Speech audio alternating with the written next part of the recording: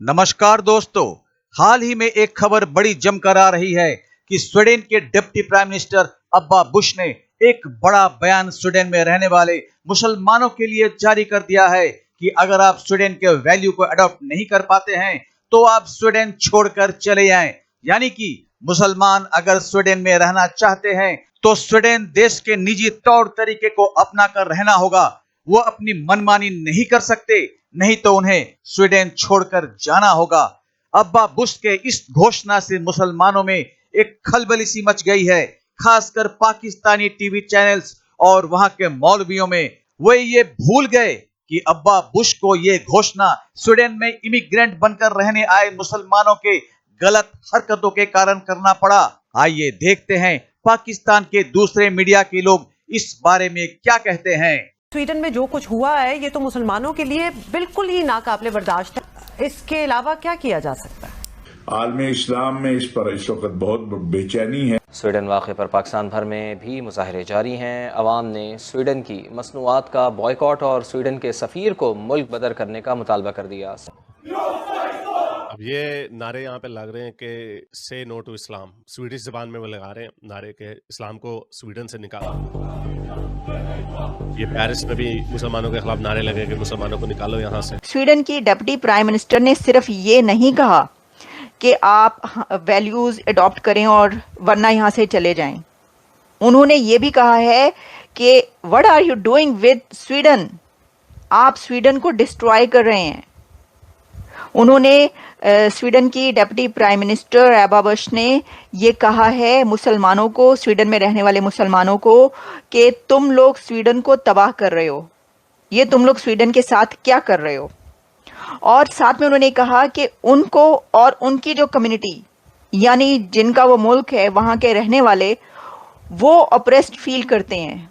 उनको ऑप्रेस किया जा रहा है कि या तो हमारे जैसे बन जाओ या फिर यहाँ से निकल जाओ।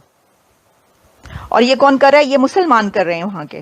बात यह है कि जो मुसलमान ऐसे कंट्रीज से इन कंट्रीज में पहुँचते हैं, वो अपने कमाने के लिए पहुँचते हैं, अर्न करने के लिए पहुँचते हैं ना, अपनी लाइफ को बेहतर बनाने के लिए। तो ये तो उनको पहले से पता होता है कि यहाँ का रिलीजन क्या है, वेस्ट का कल्चर क्या है, ये पता होता है ना। लेकिन फिर भी वो इन कंट्रीज में आते हैं। अब ये कंट्रीज उनको क्या नहीं देते?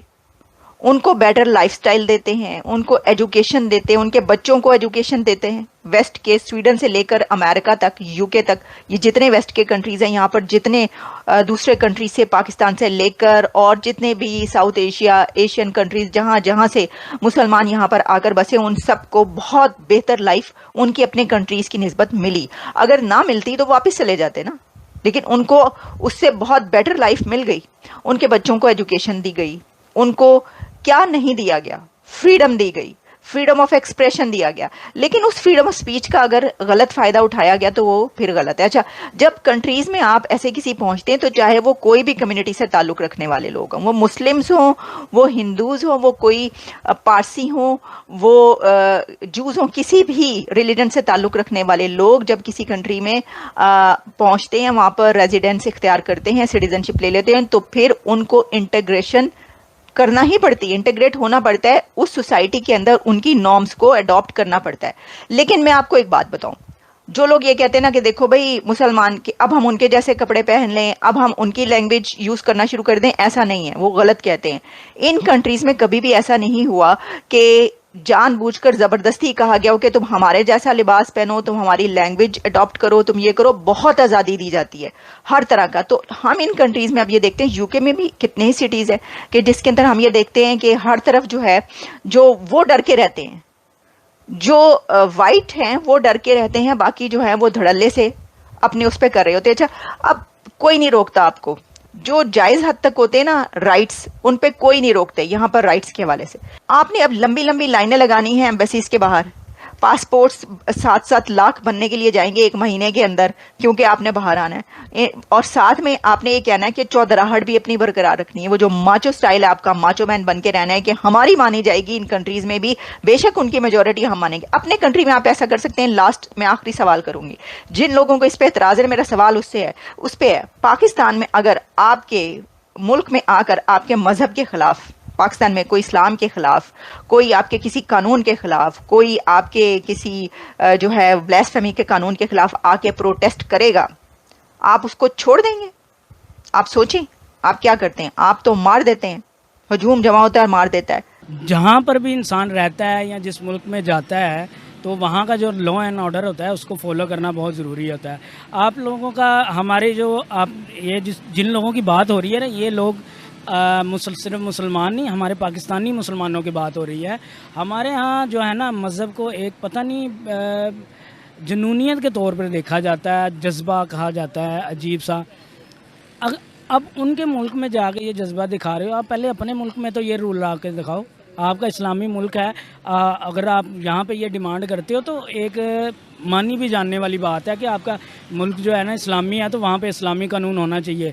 लेकिन आप वो जो मुल्क है वो तो इस्लामी है ही नहीं, तो आप वहाँ पे जाके अगर ये काम करोगे तो आपकी नहीं सुनी जाएगी। आप लोगों को उल्टा वहाँ से जूते मार के भगाया जाएगा, और नेक्स्ट टाइम आपकी कंट्री से कोई भी किसी काम के लिए भी अगर वहाँ पे जाना चाहेगा तो उनको वीज़े नहीं मिलेंगे।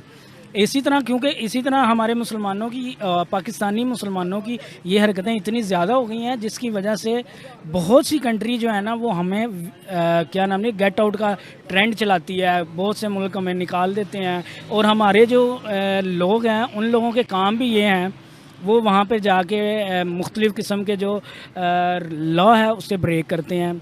मिसाल के तौर पे चोरी करते हैं, लड़कियों को छेड़ते हैं। इसके अलावा आप जो ड्रग सेलिंग है उसमें मुलव्वस पाए जाते हैं। नो डाउट पूरी दुनिया से लोग वहाँ पर जाते हैं और वो लोग भी ये काम करते हैं, लेकिन पाकिस्तानी लोगों की जो रेशो है ना वो ज़्यादा है, जिसकी वजह से हम लोग भी बदनाम होते हैं, हमारा मुल्क भी बदनाम होता है। और फिर हम लोगों को गेट आउट जो है ना, गेट आउट पाकिस्तान का जो ट्रेंड चलता है वो बिल्कुल ठीक चलता है। अब मैं एक मिसाल देता हूँ, कोई हमारी कंट्री में आता है, पाकिस्तान आता है, वो गैर मुस्लिम है या हमारा जो है ना वो मुस्लिम कंट्री है, वो आगे कहता है कि हमारे भाई ये रूल लगा दो जो गैर मुस्लिमों का रूल है। तो क्या हमारे लोग मानेंगे या हमारी हुकूमत मानेगी? कभी नहीं मानेगी। तो आपने देखा कि स्वीडन के डिप्टी प्राइम मिनिस्टर का इस दो टूक स्पष्ट ऐलान का कारण है इमिग्रेंट मुसलमानों का स्वीडन में नाजायज तरीके से गलत और आपराधिक तौर तरीके से रहना।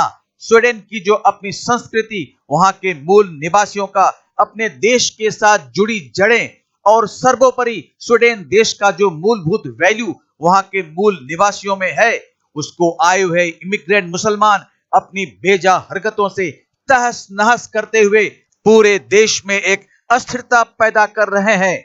इससे वहां की जनता और सरकार दोनों काफी परेशान है, और मजबूर होकर वहां की सरकार ने इमिग्रेंट मुसलमानों को ये अल्टीमेटम दे डाला।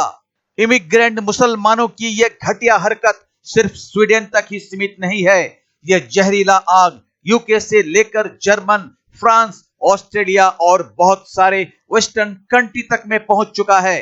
इन देशों में वहां के मूल निवासी अपने देश से मुसलमानों को बाहर निकालने के लिए भारी मात्रा में प्रदर्शन किए जा रहे हैं।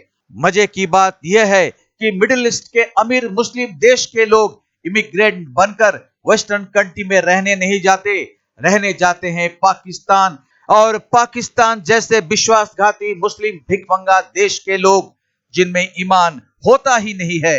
तो मिलते हैं अगली वीडियो में, तब तक सब्सक्राइब करने का निवेदन करते हुए जय हिंद, जय भारत।